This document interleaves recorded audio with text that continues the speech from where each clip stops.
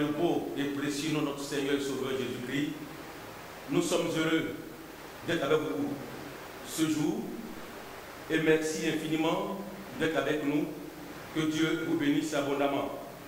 Nous voulons, en ces temps difficiles, vous encourager, que le Seigneur nous soutienne dans ces épreuves et que Dieu nous délivre, et que lui seul, son nom soit glorifié, et qu'après cette épreuve, nous puissions dire que notre Seigneur nous a secourus. Nous sommes heureux, comme je le disais tantôt, d'être avec vous, et nous voulons partager avec vous la parole du Seigneur. Alors, nous voulons vous inviter à lire un texte dans l'évangile selon Matthieu, au chapitre 8, le verset 23 au verset 27. L'évangile selon Matthieu, au chapitre 8, le verset 23 au verset 27. Lisons ensemble la parole du Seigneur. Il monta dans la barque, il s'agit de Jésus, et ses disciples le suivirent. Et voici, il s'éleva sur la mer une si grande tempête que la barque était couverte par des flots, et lui, il dormait. Et les disciples s'étant approchés le réveillèrent et dit, Seigneur, sauve-nous, nous périssons. Il leur dit, pourquoi avez-vous peur, gens de peu de foi? Alors il se leva, menaça les vents et la mer, et il y eut un grand calme. Ces hommes furent saisis d'étonnement. Quel est celui-ci, disait-il, à qui obéissent même les vents et la mer? Prions le Seigneur. Notre Père et notre Dieu, nous voulons te rendre toute la gloire. Toi, le Seigneur de l'univers, le Seigneur de la vie, nous sommes heureux de t'avoir connu, Père. Et nous voulons te recommander ta bonne parole. Ta parole qui apporte la vie, qui apporte le réconfort, qui apporte la liberté et la tranquillité. Bénis cette parole.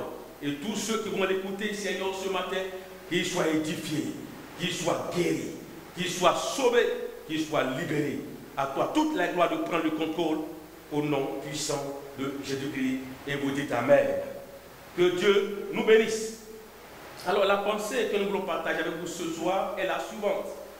Jésus-Christ, le seul Seigneur plus fort pour calmer toute tempête. Jésus-Christ, le seul Seigneur plus fort pour calmer toute tempête. Alors cette pensée, nous la trouvons au verset 27. Et lorsque les disciples, après le miracle de la tempête apaisée, ont déclaré ceci. Quel est celui-ci à qui obéissent même les vents et la mer? Frères et sœurs, c'est la toute première fois que les hommes, ces disciples, ont pu constater ce miracle. Un homme qui est capable d'arrêter la tempête. Un homme qui est capable d'arrêter le vent. Un homme qui est capable de calmer la mer, les flots de la mer. Alors, en apportant cette pensée, nous voulons nous encourager pour dire qu'aucune situation ne peut être au-dessus de notre Seigneur. Quelle que soit la situation, aucune d'elles ne peut être au-dessus de notre Seigneur. Aussi, sachons-le, frères et sœurs, que notre délivrance dans toute situation, en tant que disciple de Jésus, sera toujours fonction de notre attitude vis-à-vis du Seigneur. Soyons toujours tranquilles, car le Seigneur sait toujours ce qu'il va faire dans l'épreuve. Que Dieu bénisse sa bonne parole dans nos cœurs et que nous soyons édifiés. Alors, avant d'aller plus loin, disons ceci et remarquons ceci, que le chapitre 8 de l'évangile selon saint Matthieu est un chapitre rempli de miracles. C'est un chapitre où nous voyons des choses extraordinaires. Le Seigneur guérit des malades. Le Seigneur qui guérit la belle-mère de Pierre. Le Seigneur qui chasse des démons. Le Seigneur de l'extraordinaire était là. Il est là, dans ce chapitre 8.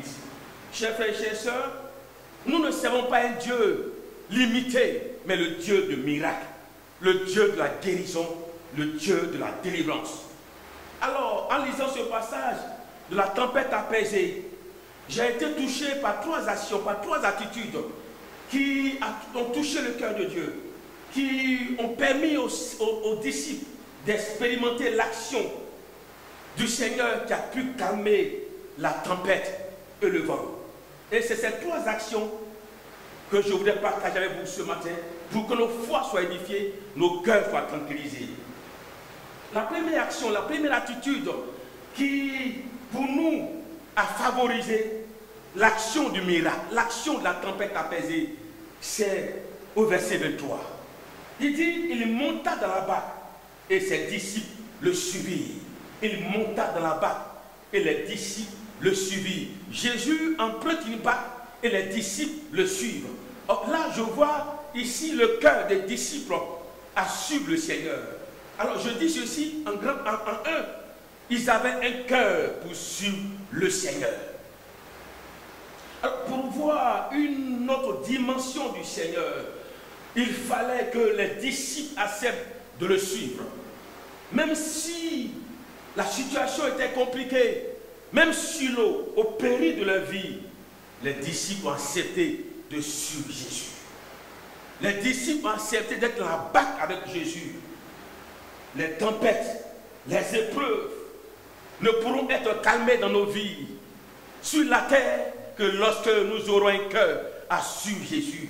Lorsque les hommes, les femmes, les enfants comprendront que c'est auprès de Jésus que se trouve la solution, alors les tempêtes seront apaisées. Tant que nous suivrons Jésus, tant que nous serons dans le sillage de Jésus, dans le périmètre de Jésus, aucune tempête ne restera. Aucune tempête ne pourra nous emporter parce que lui, sa présence, est capable de calmer les tempêtes. Parce que dans le périmètre de Jésus, lorsque les tempêtes viendront, lorsque la situation sera troublée, il sera le maître capable d'arrêter la tempête. Beaucoup aujourd'hui ont des tempêtes qui ne peuvent pas être calmées. Pourquoi? Parce qu'ils ne veulent pas accepter d'être plus proche de Jésus. Ils ne veulent pas être à côté de Jésus. Ils refusent d'être dans le périmètre de Jésus. Ils refusent que Jésus soit le maître. Ils refusent d'être à côté de Jésus. Pour toi, mon frère, qui passe par des épreuves, qui passe par des tempêtes, sois sans crainte. Si tu es à côté de Jésus, sois sans crainte. Quel que soit le temps, quel que soit le moment, quel que soit le jour, ta tempête sera apaisée.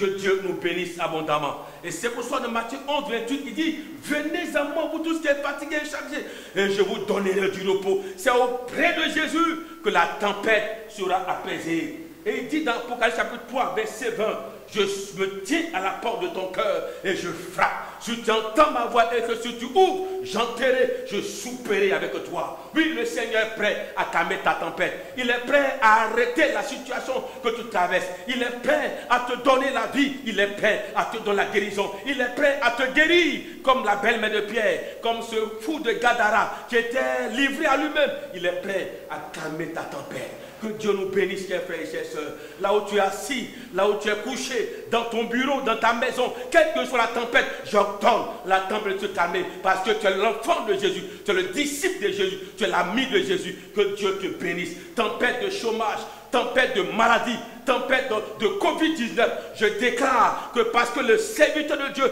est dans la présence de Dieu, je te calme au nom puissant de l'agneau. La deuxième action qui a touché notre cœur, qui a attiré notre attention, c'est le verset 25.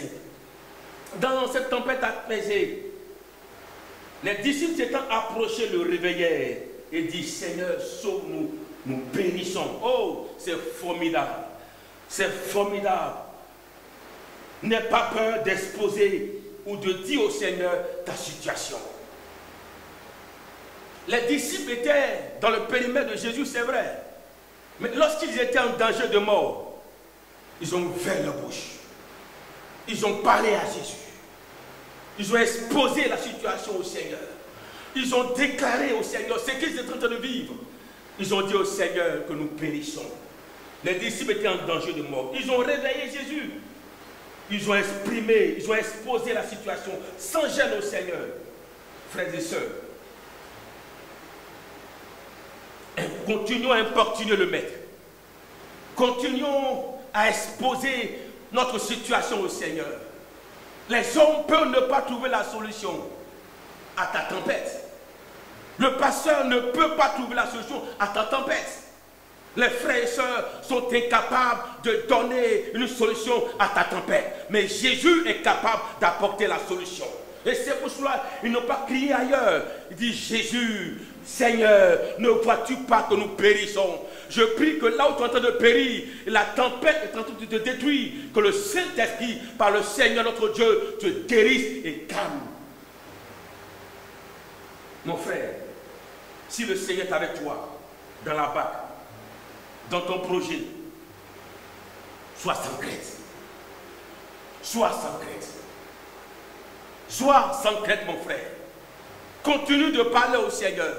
Nuit et jour, parle au Seigneur. Matin, parle au Seigneur. Importune-le. Réveille-le. Tape-le. Jésus est rempli de compassion. Jésus est le Dieu qui entend, qui exauce les prières. Le Dieu qui sait tout. Ma prière, mon frère, que ta tempête soit apaisée.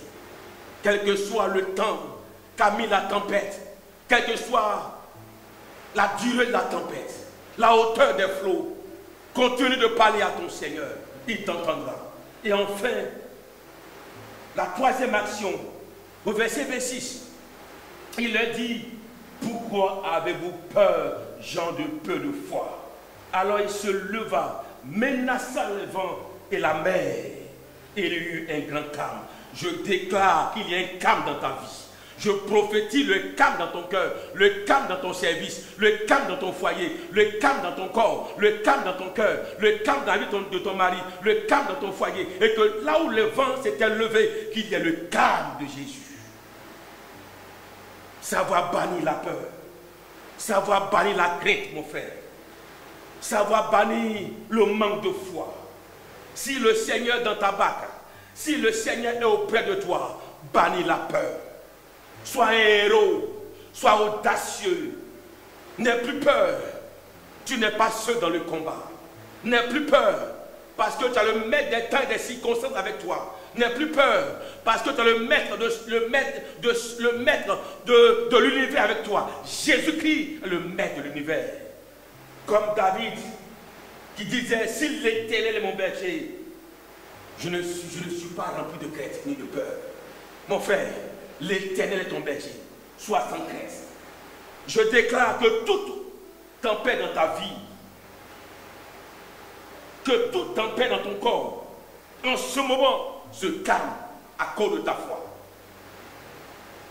Je prophétise, mon frère, sur la base de la parole de Dieu et rempli de l'Esprit de Dieu, que la tempête qui est dans ta maison, qui est en train de détruire ta foi, se calme maintenant.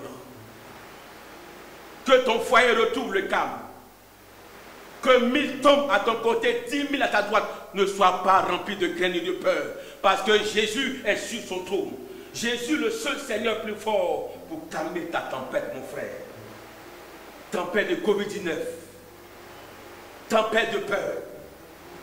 Tempête de famine. Tempête de chômage. Je t'ordonne de libérer les enfants de Dieu. Quelle que soit l'épreuve, nous serons vainqueurs.